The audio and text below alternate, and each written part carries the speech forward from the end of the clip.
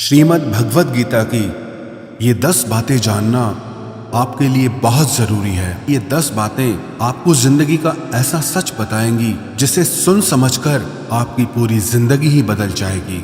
जो भी व्यक्ति इन 10 बातों को ठीक से समझ लेगा उसे अपनी हर परेशानी का हल मिल जाएगा। उसे वो सब कुछ मिलेगा जो वो जिंदगी में पाना चाहता है।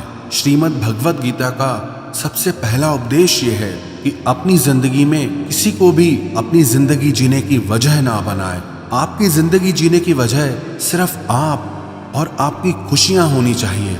जब आप किसी और के लिए जीने लगते हैं तो आपकी खुशियां, आपका दुख, सब कुछ उस पर डिपेंड होके रह जाता है।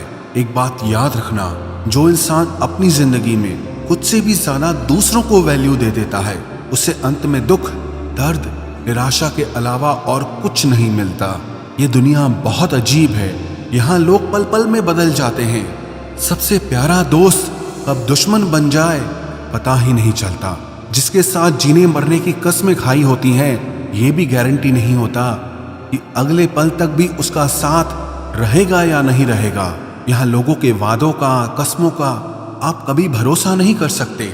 जिन लोगों को आप जन्म जन्म का साथी मान के बैठ जाते हैं वो लोग कभी भी हमारा साथ छोड़ के चले जाते हैं।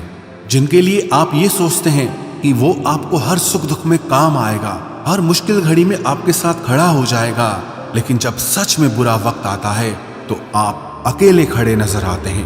कोई आपके साथ खड़ा नहीं होता। आपकी मुश्किलें, आपकी तकलीफें सबसे आपको खुद ही लड़ना होता है। एक बात कहूं, इस दुनिया का अपनापन सिर्फ बातों तक ही सच होता है।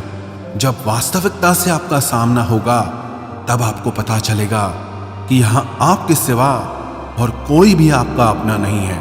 इसलिए जिंदगी में किसी को भी अपने जीने की वजह कभी मत बनाना और ये वहम मन में कभी मत रखना कि ये इंसान मेरे को दुख में काम आएगा, मुश्किल में काम आएगा। याद रखना, जब भी कठिन समय आएगा तो उससे आपको खुद ही लड़ना होगा। अपनी मुश्किलों से आपको खुद ही बाहर निकलना होगा। श्रीमद् भगवद गीता का दूसरा उपदेश यह है कि अपने दिल के गहरे राज, अपनी कमजोरियां कभी किसी को नहीं बतानी चाहिए। जब आप किसी पे भरोसा करके अपने मन के गहरे राज, अपने अंदर की कमजोरियां लोगों को बता देते हैं तो वही लोग एक दिन आपकी कमजोरियों का फायदा उठाते हैं, आपके राज दुनिया को बताते हैं। याद रखना, आपका राज सिर्फ तब तक ही राज रहता है जब तक वो सिर्फ आपको पता है। जैसे ही आप किसी और को बता देते हैं फिर वो आपका नहीं रहता। अगर आपने अपना राज किसी को बता दिया है तो ये मान लेना कि आपकी वो बात आपके हर करीबी इंसान को पता चल जाएगी, क्योंकि लोग यही करते हैं। आप किसी को बताते हैं ये कहकर कि किसी को बताना मत, फिर वो आगे किसी को कहते हैं यही बोलकर कि किसी को बताना मत। सबको सब पता होता है और लोग एक दूसरे से यही कहते रहते हैं कि किसी को बताना मत। एक बात कहूं, लोग वैसे नहीं होते जैसा आप लोगों को मान लेते हैं। सिर्फ वक्त ही एक ऐसा जादूगर है जो लोगों के असली चेहरे एक दिन हमें दिखा ही देता है। जिन लोगों को आप अपना सच्चा साथी मान के बैठ जाते हो, जिस दिन उनका असली चेहरा आपके सामने आता है ना, तो आप हैरान रह जाते हो कि ये ऐसा निकला। मैंने ऐसा कभी सोचा भी नहीं था कि ये इंसान मेरे साथ ऐसा करेगा। इससे मुझे ऐसी बिल्कुल भी उम्मीद नहीं थी कि ये इंसान कभी मुझे धोखा देगा। सच तो यह है कि वो इंसान ऐसा ही था, बस आपको आपके मुंह में उस इंसान का असली चेहरा नहीं दिखाई देता। इसीलिए अपने अंदर की कमजोरियां, अपने दुख, अपने राज सिर्फ अपने तक ही रखने चाहिए। एक बात को आप नोट कर लो, ना आपकी खुशी से किसी को खुशी होती है और ना ही आपके दुख से किसी को दुख होता है। यहाँ लोग सिर्फ दिखावा करते हैं, पता ही नहीं चलता कि इंसान का असली चेहरा आखिर है क्या। लोगों के नए नए चेहरे देखकर आप हैरान रह जाएंगे, लेकिन कभी पहचान नहीं पाएंगे कि आखिर में उनका असली चेहरा है क्या। ये नकाब पोशों की दुनिया है। लोग नकाब बदल बदल कर जीते हैं और आप ऐसे लोगों पे भरोसा कर लेते हैं। अपनी कमजोरियां बता देते हैं, अपने राज बता देते हैं, अपना हर दर्द बता देते हैं। तो गीता का दूसरा उपदेश यह है कि अपने मन की कमजोरियां, अपने राज, अपना दर्द कभी किसी को नहीं बताना चाहिए। कई लोग कहते हैं कि दिल का दर्द बताने से कम होता है। अरे चले गए वो जमाने। आज तो आप अपना जरा सा दुख किसी को बताओ तो वो दुख और भी बढ़ जाता है। इसीलिए अगर जिंदगी में खुश रहना चाहते हो तो अपने दिल की बातें अपने दिल में ही रखनी चाहिए। गीता का तीसरा उपदेश ये है कि आपके रिश्तेदार आपके सुख को कभी भी सहन नहीं कर सकते। जब आप जिंदगी में कुछ ऐसा हासिल कर लेते हैं जो आपके रिश्तेदारों के पास नहीं होता, तो वो आपकी उस सफलता से कभी खुश नहीं होते। आप तो उनके साथ अपनी खुशी जाहिर कर देते हैं। बाहर से वो भी आपकी खुशी में आपको खुश दिखेंगे, पर अंदर से उन्हें आपकी खुशी, आपकी सफलता बिल्कुल भी अच्छी नहीं लगती। बस फिर वो इंतजार करते रहते हैं कि कब आपकी जिंदगी में थोड़ा मुश्किल वक्त आए, थोड़ा दुख आए, तो उनके मन को थोड़ा सुकून मिले। आज की दुनिया बदल गई है। लोग बहुत बेदर्द हो गए हैं। लोगों के अंदर भावनाएं ही नहीं रह गई हैं।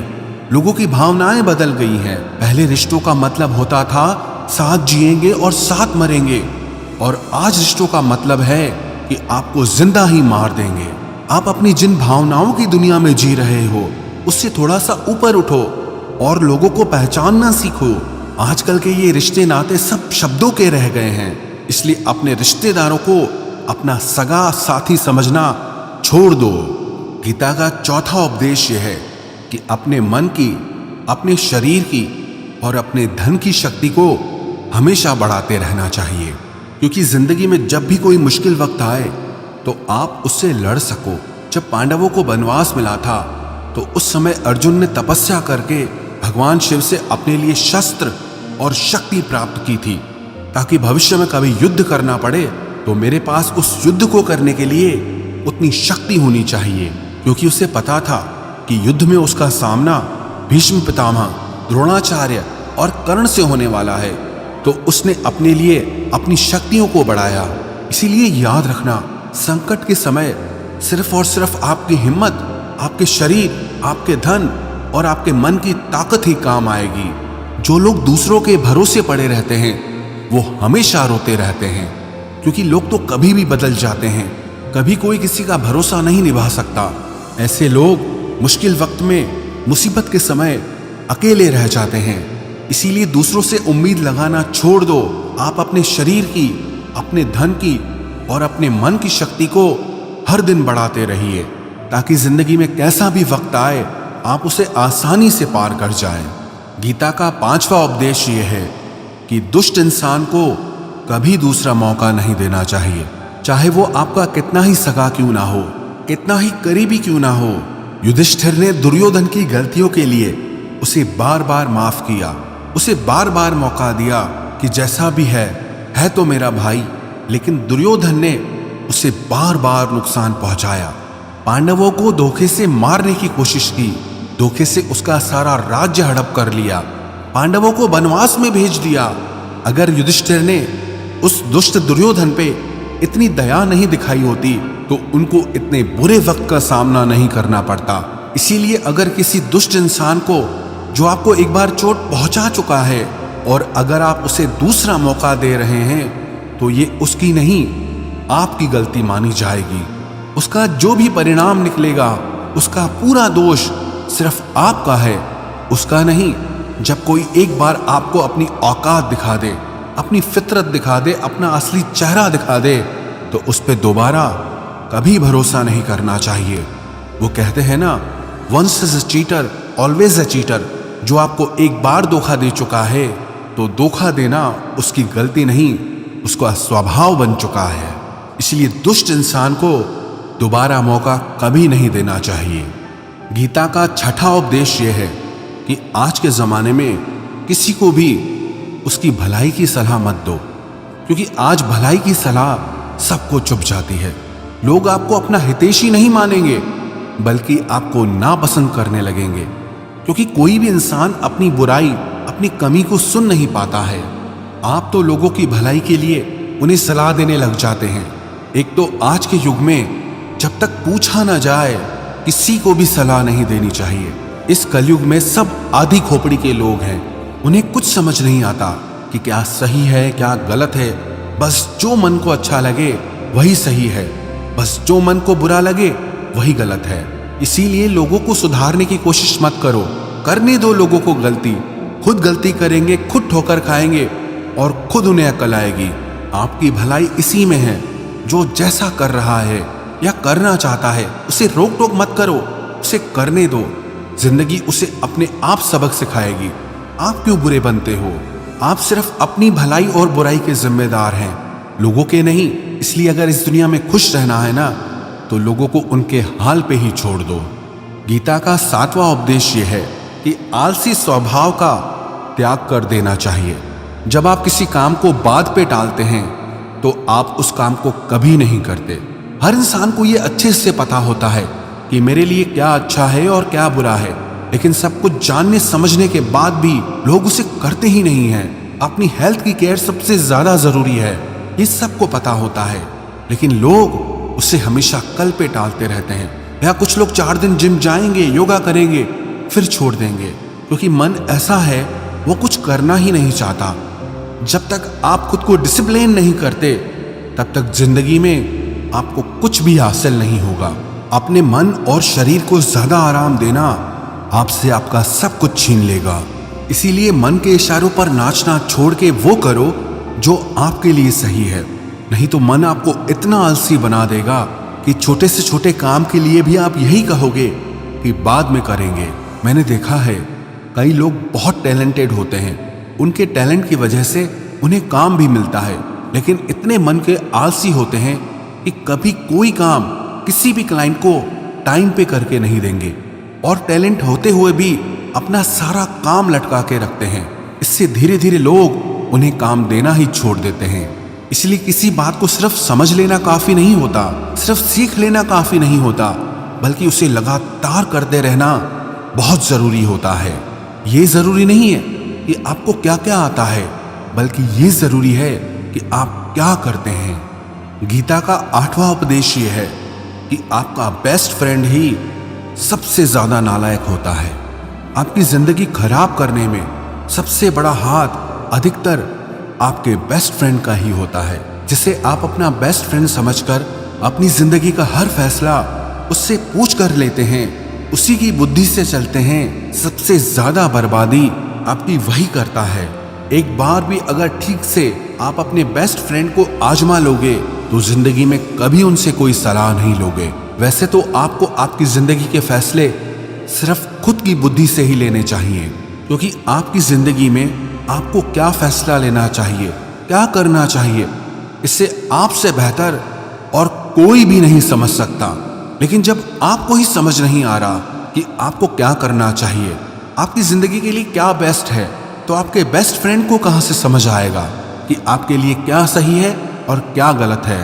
ये जो भी आपका बेस्ट फ्रेंड है, सबसे ज्यादा जहर आपकी जिंदगी यही करता है। ये लोग अंदर ही अंदर आपसे जलते हैं और आपको पता तक नहीं चलता। आज के युग में जब अपने खून के रिश्ते नाते ही आपको सहन नहीं कर पाते, आपकी खुशी बर्दाश्त नहीं कर पाते, तो आप क्या दोस्ती यारी में लोगों को अपना समझ के बैठ जाते हो। वैसे तो आपको अपनी बुद्धि से ही अपनी जिंदगी का हर फैसला लेना चाहिए, लेकिन फिर भी अगर आपको दूसरों की सलाह से अपनी जिंदगी के फैसले लेने हैं तो ये जिंदगी पूरी तरह से आपकी है। आप इसके मालिक हैं। चाहे आप इसे आबाद करो या बर्बाद करो, इसे बनाओ या बिगाड़ो, आपको कोई रोकने नहीं आएगा। गीता का 9वां उपदेश ये है कि किसी को भी बहुत जल्दी अच्छा, सीधा या शरीफ कभी मत समझना। शुरू में चाहे कोई कितना भी अच्छा बन के दिखाए, लेकिन किसी को भी अच्छा समझने से पहले थोड़ा समय उसके साथ जरूर गुजार लेना, क्योंकि जब आपकी किसी के साथ पहली मुलाकात होती है तब वो शख्स आपको बहुत अजीज, भला और बेहतरीन इंसान लगता है, और जब उसके साथ आपकी आखिरी मुलाकात होती है तो आपको लगता है कि इस इंसान की तो जिंदगी में कभी शक्ल भी ना देखूं। इससे घटिया और बेकार इंसान दुनिया में और कोई हो ही नहीं सकता। इसलिए किसी को भी अच्छा या भला समझने से पहले थोड़ा रुक जाना चाहिए। अक्सर लोग हमें धोखा नहीं देते, हमारा जल्दी में किया हुआ विश्वास और भरोसा ही हमें धोखा देता है। इसलिए किसी को भी भला समझने से पहले, किसी पे भी भरोसा करने से पहले थोड़ा रुक जाना चाहिए। गीता का 10वां उपदेश यह है कि अपने आप को ऐसा कभी मत बनाना कि कोई भी आके आपका दिल दुखा के चला जाए, कोई भी आके आपको हर्ट करके चला जाए, बल्कि अपने आप को इतना मेंटली स्ट्रांग बनाओ कि लोगों की बातें, उनकी थॉट्स, उनके इमोशंस आपको इफेक्ट ही ना करें। जिस दिन लोगों की बातें आपको असर करना छोड़ दें, उस दिन समझ जाना कि आप एक मैच्योर इंसान बन चुके हैं। जिस इंसान को अपने बारे में सब कुछ अच्छे से पता होता है, उसे कोई फर्क नहीं पड़ता कि लोग उसे क्या समझते हैं या लोग उसके बारे में क्या कहते हैं। लोगों की बातों का असर सिर्फ उसी इंसान को होता है जिसने आज तक अपने को पहचाना ही नहीं, जिससे अपने बारे में कुछ पता ही नहीं है। इसीलिए खुद को ऐसा मत बनाओ कि कोई भी आके आपका दिल दुखा जाए, कोई भी आके आपके दिल के साथ खेल जाए, बल्कि अपने आप को इतना स्ट्रांग बना लो कि चाहे लोग आपके साथ कैसा भी व्यवहार करें, लेकिन आप अंदर से हमेशा आनंद में रहें। गीता के ये 10 उपदेश देखने में तो बहुत छोटे से लगते हैं, लेकिन अगर कोई भी इंसान इन्हें अपनी जिंदगी में उतार लेगा तो विश्वास रखना, जिंदगी की कोई ऐसी मुश्किल नहीं है जिसे वो पार नहीं कर सकता, ऐसी कोई परेशानी नहीं है जिसका वो हल नहीं निकाल सकता, और ऐसी कोई सफलता नहीं है जिसे वो हासिल ना कर सके।